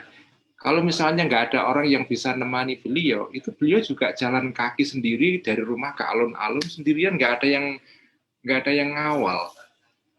Saya bayangkan kalau kiai lain gitu jalan sendiri pagi-pagi, itu pasti sendirian gitu ya, pasti sungkan itu. Jadi itu yang buat saya hebat sekali itu, sikap beliau yang tidak jaim, saya sendiri nggak bisa loh meniru beliau seperti itu sepenuhnya itu susah itu. Nah itu jadi bagi saya luar biasa lah. Jadi sosok Gusmus itu bagi saya tidak sekedar mertua tapi juga teladan hidup saya. Jadi saya sekarang menganggap ya udah teladan saya ya ini sosok ini. Selain ayah saya dan ibu saya ya. Ini sosok yang bagi saya luar biasa lah pokoknya. Oke, luar biasa banget. Tapi saya yakin sosok Gusmus yang luar biasa itu pasti juga apa ya, ada amalan-amalan tertentu yang membuat Gusmus memiliki menantu yang sangat luar biasa juga gitu. Jadi,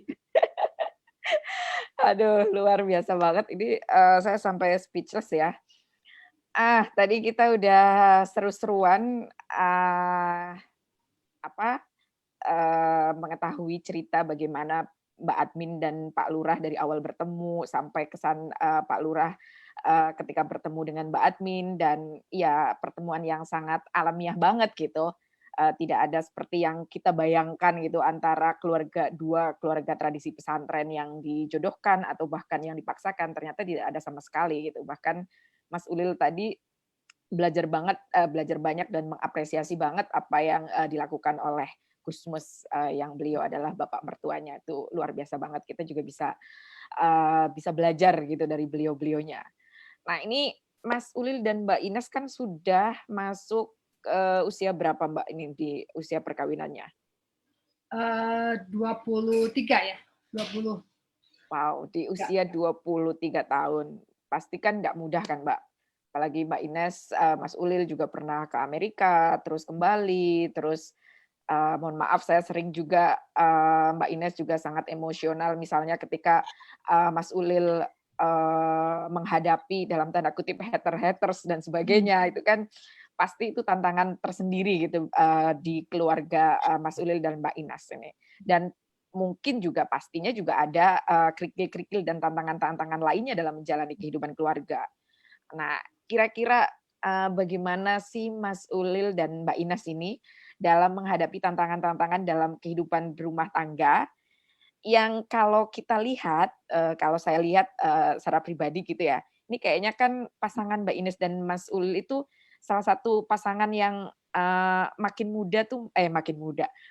tua usia perkawinannya nih Mbak, makin tua usia perkawinannya, makin bahagia gitu dan makin menebar manfaat gitu.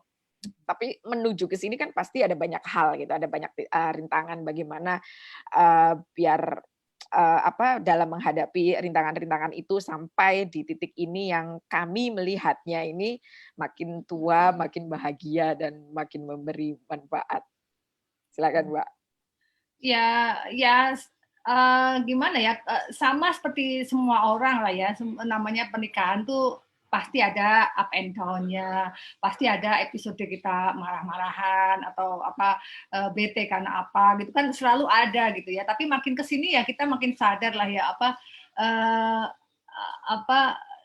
nggak tahu itu secara alamiah saja ya. Kalau soal hater itu dari awal dulu ketika dia masih aktif di Twitter dengan konten-konten yang kadang agak provokatif ya, bisa dibilang dalam tanda kutip ya, karena mungkin banyak orang yang nggak ngerti gitu. Itu ya selalu karena kita punya abah lah ya. Jadi saya biasa aja, saya curhat gitu, Bah, gimana ini Pak, Mas Ulil gini.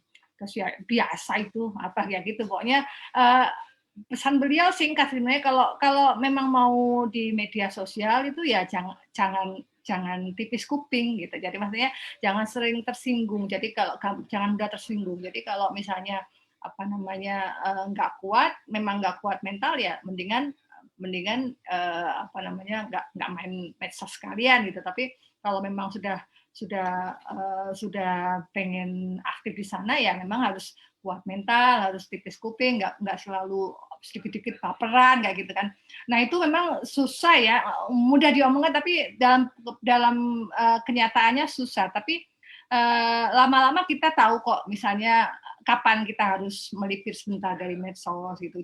Jadi akhirnya kita bisa berdamai dengan itu. Jadi kadang-kadang saya dulu kadang-kadang ada beberapa yang saya sengaja saya screenshot, kemudian saya posting, kemudian orang juga bilang, Mbak kayak gitu tuh nggak usah dikasih panggung gitu kan. Tapi saya cuman bilang ini loh contohnya gitu. Jadi yang saya alami itu saya yang nggak ikut-ikutan tuh ikut dapat dapat cipratan caci maki kayak gitu aja. Jadi cuman supaya orang tahu gitu apa yang kita alami. Tapi makin kesini apalagi setelah dia ngaji ihya ya, itu jauh berkurang. Jadi tidak ada lagi yang bulian teror gitu ya. Dulu tuh sempat ada waktu meneror lewat HP juga ada. Jadi ada telepon berkali-kali tapi diangkat gak ada suara kayak gitu-gitu. Tapi ya saya nggak ambil pusing aja, udah bismillah. Pokoknya ya yang penting kita kencangin berdoa, wirid gitu aja. Jadi alhamdulillah ya, sejauh ini aman gitu. Itu aja sih. Wow, tidak luar ada. biasa. Jadi teman-teman kayak kayak kita gitu, kayak kami, kita semua yang sedang dalam ikatan keluarga juga nggak usah yang minder gitu ya. Ternyata Mbak Ines dan Mas Ulil yang sekarang ini kita lihat kayaknya pasangan paling bahagia gitu, juga ada kerikil-kerikil kecil gitu, ada marah-marahannya gitu, ada fase-fase di situ yang kita alami gitu. Jadi manusiawi banget gitu. Yang penting kita bisa bertahan dan bisa menyelesaikannya bersama tadi ya Mbak Ines ya. Wah, luar biasa banget. Dan ternyata berkah ngaji ihya itu sangat luar biasa banget ya Mbak Ines ya. Padahal tadi di awal kita udah ngobrol-ngobrol banyak, Mbak Ines dan Mas Ulil udah menceritakan bagaimana ngaji ihya itu diawali atau dimulai dari yang tanpa kesengajaan gitu. Ini keren banget deh. Kebaikan yang tanpa disengaja gitu. Kebaikan yang tanpa direncanakan yang ternyata keberkahannya berlimpah-limpah gitu dari Mbak Ines dan Mbak Mas Ulil mungkin yang intensitas, walaupun memang karena Mbak Ines memilih di rumah ya, jadi intensitas pertemuan dan sebagainya juga sangat tinggi gitu. Tapi kan tadi yang terakhir Mbak Ines sampaikan bagaimana para haters gitu, para haters Mas Ulil dan sebagainya melalui ngaji ihya juga kemudian tanpa harus melakukan klarifikasi dan sebagainya malah menjadi para ihya lovers gitu. Ini hal yang luar biasa banget. Makanya biar kita kebagian berkahnya, kita juga harus punya, ini harus banget ya bagi santri online dan juga bagi semuanya kalian, terutama yang suka travel, harus banget memiliki buku catatan Mbak Admin. Karena tentu banyak kisah-kisah menarik dan keberkahan-keberkahan yang dilewati dan diterima dan dilalui oleh Pak Lurah dan Mbak Admin tentunya. Oke, kita masih punya waktu 15 menit. Kayaknya saya akan mencari beberapa pertanyaan karena saya melihatnya di live stream Facebook.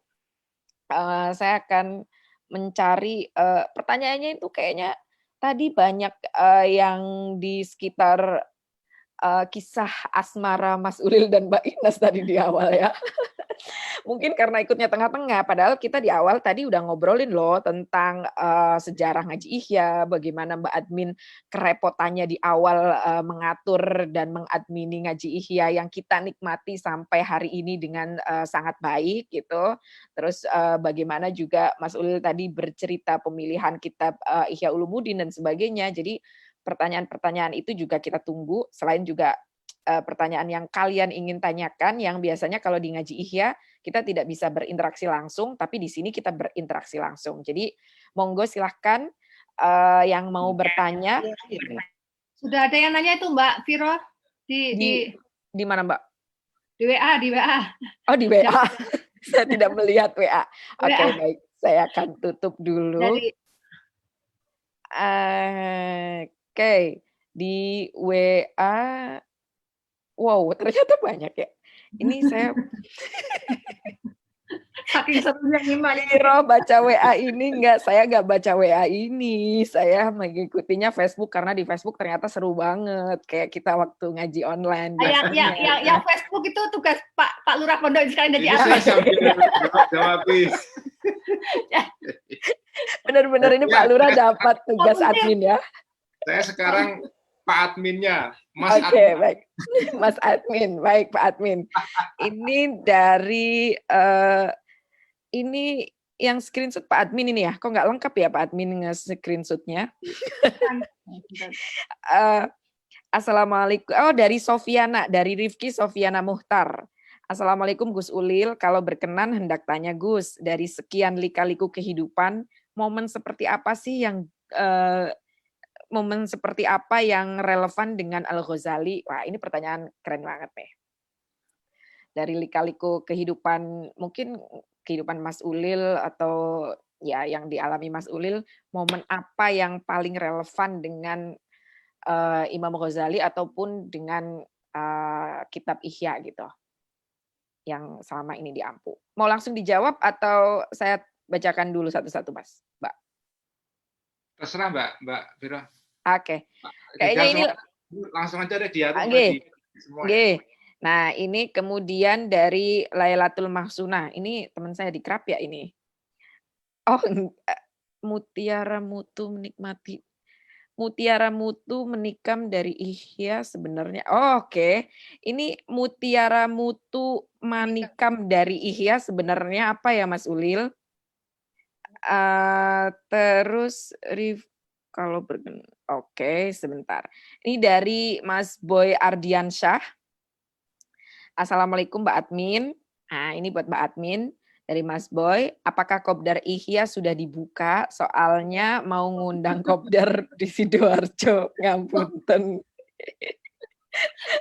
Oke, ini pertanyaan teknis dan sangat penting banget sih, dan pasti Mbak Admin sangat senang banget gitu kalau dibuka langsung. Kayaknya dibuka aja deh Mbak Admin. Terus kan nanti di list gitu. Ketika corona sudah, jadi langsung enak gitu tek-tek menjadwalinya. Oke, ada lagi kah pertanyaannya? Ini dari Nur Syafaat Al-Loraimi, tafsir di Twitter niku tafsir nopo ya di era setelah ada ngaji Ihya online ya Pak Lurah? Oh iya betul. Oke, gitu. Terus mungkin itu dulu Pak Lurah, sambil nanti tim Ubres ini juga mengumpulkan beberapa pertanyaan lainnya. Mbak Admin dulu. Enggak, tadi aku udah. Tadi yang nanya Kopdar itu terus terang kami nggak berani ya sebelum kondisi membaik. Tapi ya sejauh ini sudah ada yang inden. Itu dari Pemalang, karena tahun lalu itu kita sudah jadwalkan untuk mengisi kalau nggak salah haflah akhir sana apa gitu di hall di pesantren di Pemalang. Waktu itu kita udah confirm mau hadir, tapi saat itu awal-awal pandemi dan tidak dapat izin dari pihak kepolisian setempat. Jadi akhirnya batal, dan tahun ini maksudnya ya, dia akan mengundang lagi. Saya bilang ya insya Allah nanti kita lihat, kalau misalnya kondisinya sudah makin membaik ya bismillah, nanti kalau belum ya nanti kita lihat aja kondisinya bagaimana gitu. Kita kan nggak tahu sampai sekarang bagaimana ini si COVID ini. Udah, Mas Ulil monggo tadi yang tanya soal Ghazali. Yang paling relevan. Ya, momen apa dalam hidup saya yang paling relevan dengan kitab Ihya ya. Ya kalau diceritakan panjang ya, tapi intinya begini. Saya itu kadang-kadang nggak ngerti ya, kenapa kok Gusti Allah itu mengarahkan saya ngaji Ihya. Padahal yang ngaji Ihya itu tidak pernah saya rencanakan dari dulu itu. Saya suka kitab Ihya dari dulu, saya suka Imam Ghazali dari dulu. Itu bacaan saya dari dulu ya. Tapi kenapa kok saya diarahkan ngaji Ihya itu?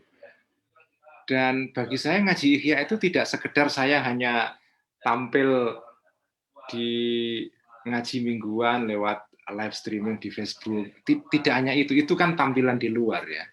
Tapi sebetulnya di balik itu, saya ngaji Ihya itu sebetulnya saya juga pelan-pelan itu berubah dan diubah oleh kitab Ihya itu.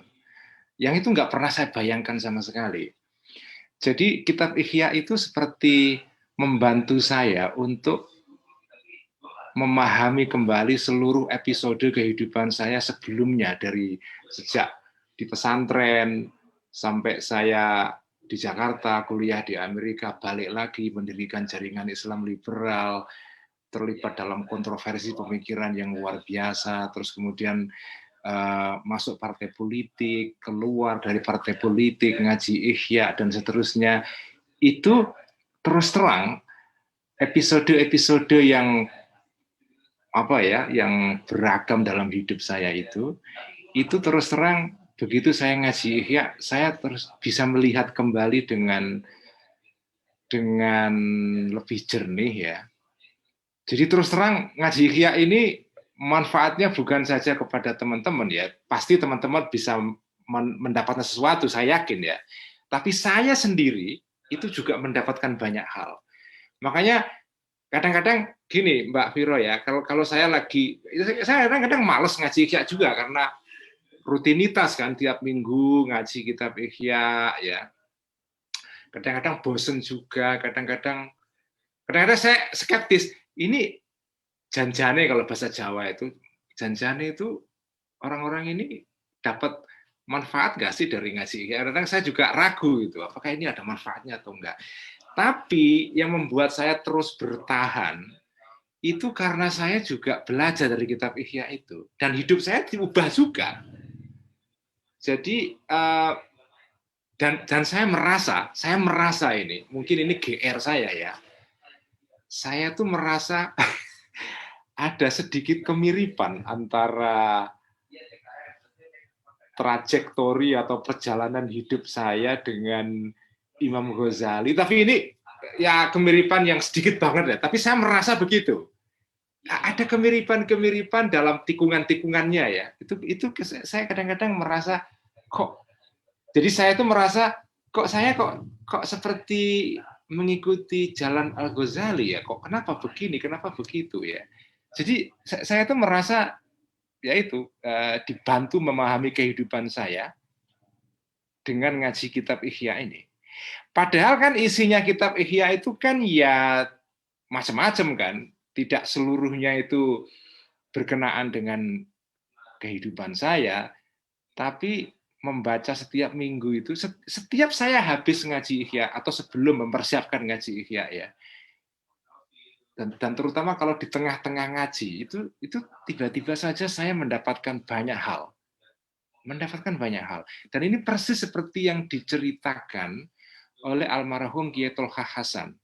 Saya pernah waktu ngaji Ihya di Unisma di Malang, saya sowan kepada beliau ketika itu beliau sedang sakit ya, bersama Mbak Admin saya sowan dan saya izin lah Kiai Tolha, saya mau ngaji kitab Ihya di Unisma, minta pangestu ya.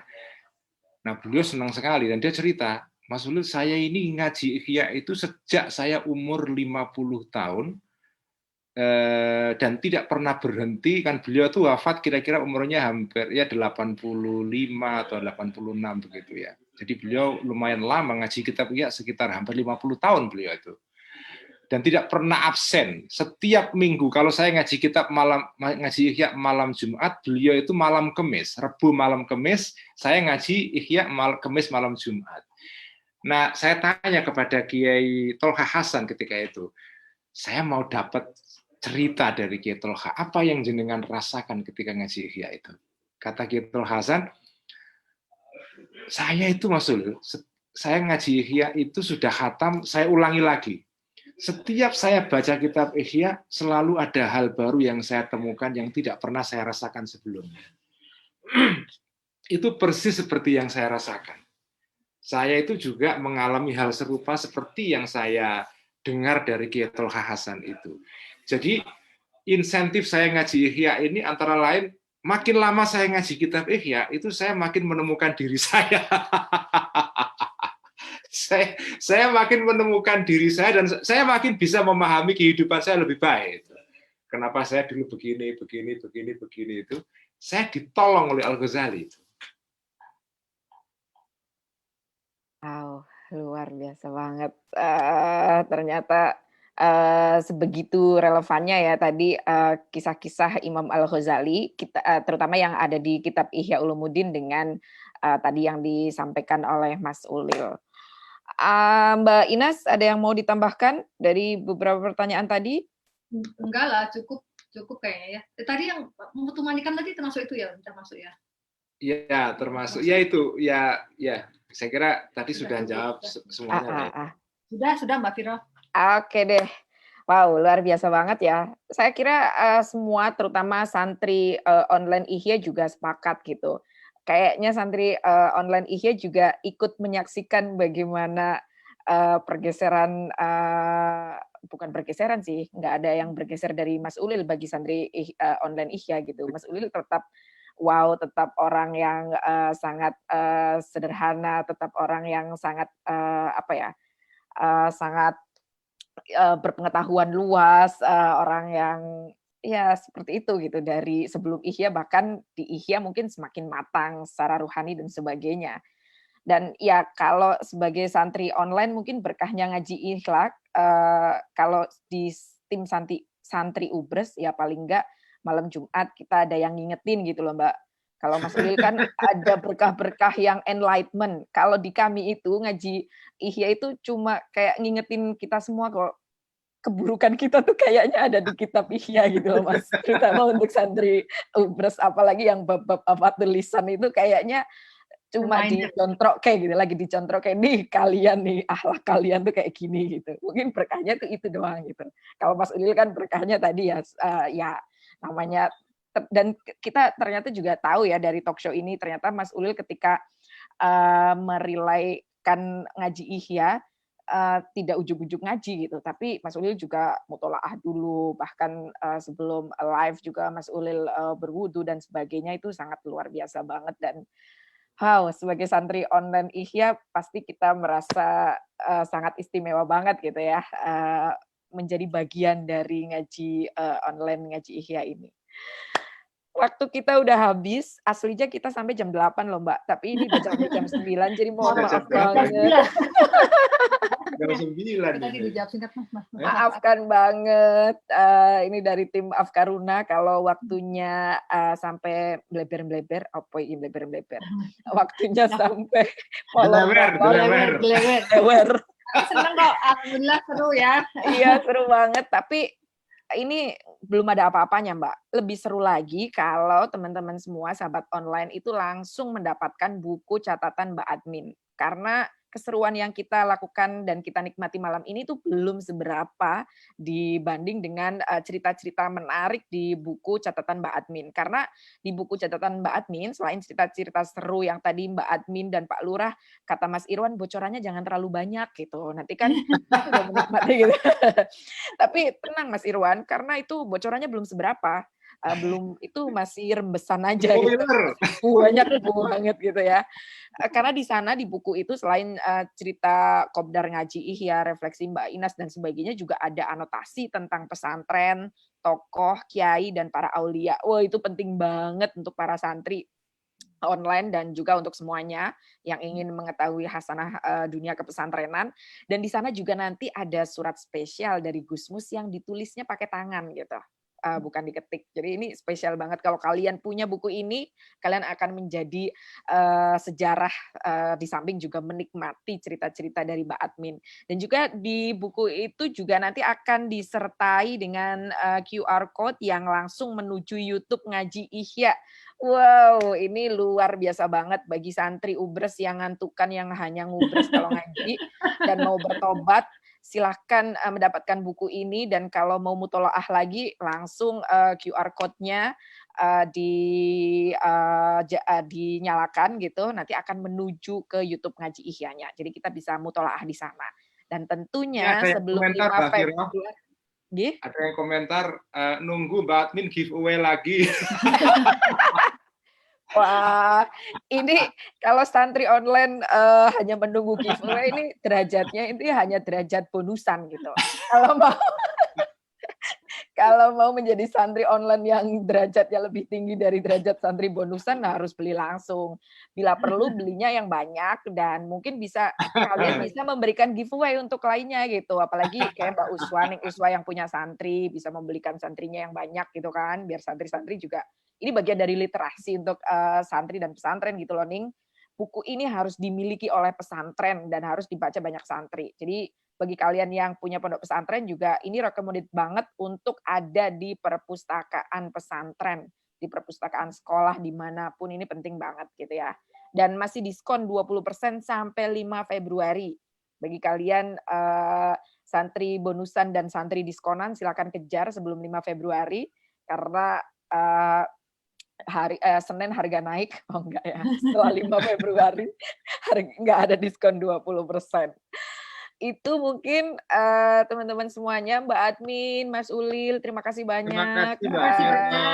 Terima kasih. Terima kasih juga teman-teman semuanya yang telah hadir dan memeriahkan di live streaming talk show di Mari Bertanya ke Mbak Admin dan Pak Lurah ini. Senang sekali malam ini. Aduh, 2 jam tidak terasa karena harusnya 1 jam, tapi karena gayengnya kita, dan saya yakin dengan kegayangan ini juga teman-teman terutama santri online sudah langsung berburu untuk mendapatkan buku catatan Mbak Admin. Nah, ini ada data resellernya, silakan catat kalian yang ada di Semarang, di Demak, di Kudus, Jepara, Rembang, Pati, Magelang, terus mana lagi nih, Cak? Diklik lagi dong. Cirebon ada nggak ya? Ada Salatiga, Solo, Kebumen, Yogyakarta, Jombang, dan sebagainya. Ada semuanya. Kontaknya di Blitar, Kediri, Ponorogo, Ngawi, Lamongan, Surabaya, Sumeneb, Bali juga ada. Jadi kalian harus segera meluncur ke kontak-kontak reseller tersebut karena saya yakin di buku tersebut tidak hanya ada cerita-cerita indah, tapi refleksi yang dalam dan insya Allah juga keberkahan ngaji Ihya akan kita dapatkan dengan membaca dan merenungi catatan Mbak Admin tersebut. Baik, dari saya terima kasih sekali lagi. Terima kasih terus Mbak Admin dan Pak Lurah. Semoga bermanfaat dan bahagia semuanya. Terima kasih Cak Maskur Manajemen, IO terhandal di era digital. Atas dukungannya kepada kita, juga kepada Afkaruna, tim Afkaruna yang telah menerbitkan catatan-catatan saya. Buat ini tadi saya lihat sekilas di Facebook ada yang komen lanjut katanya. Tapi ini sudah 2 jam, jadi tenang saja. Insya Allah nanti akan kita buat lagi acara semacam ini dalam bentuk launching ya, Insya Allah ya Mbak Viro. Nanti kita bikin lanjut deh. Jadi pokoknya yang penting sekarang pesen dulu. Pesen dulu sebelum 5 Februari. Kalau kita sudah sampai 1000 pemesanan, pasti akan ada acara-acara seru untuk launchingnya. Nggak hanya cuma talk show, tapi kita akan menghadirkan siapa lagi gitu. Umi Kulsum kah? Arwahnya dong. Umi Kulsum Gawe dan sebagainya. Yang penting pesen dulu dan nikmati cerita-cerita Mbak Admin. Pasti kita juga berasa ikut jalan-jalan dan tentu berasa ikut sowan ke Pak Kiai, ikut sowan ke makam dan sebagainya. Itu sesuatu hal yang mengembirakan. Dari saya, wallahul muwaffiq ila aqwamit thoriq. Wassalamualaikum warahmatullahi wabarakatuh. Waalaikumsalam warahmatullahi wabarakatuh. Terima kasih semuanya. Terima kasih. Terima kasih Mbak Janet, Mbak Ida. Karena sukses ya. Makasih Mbak Mbak. Ida. Makasih Mbak Viro. Ya, sama-sama. Sama-sama. Ini gimana nih? Ditutup nih.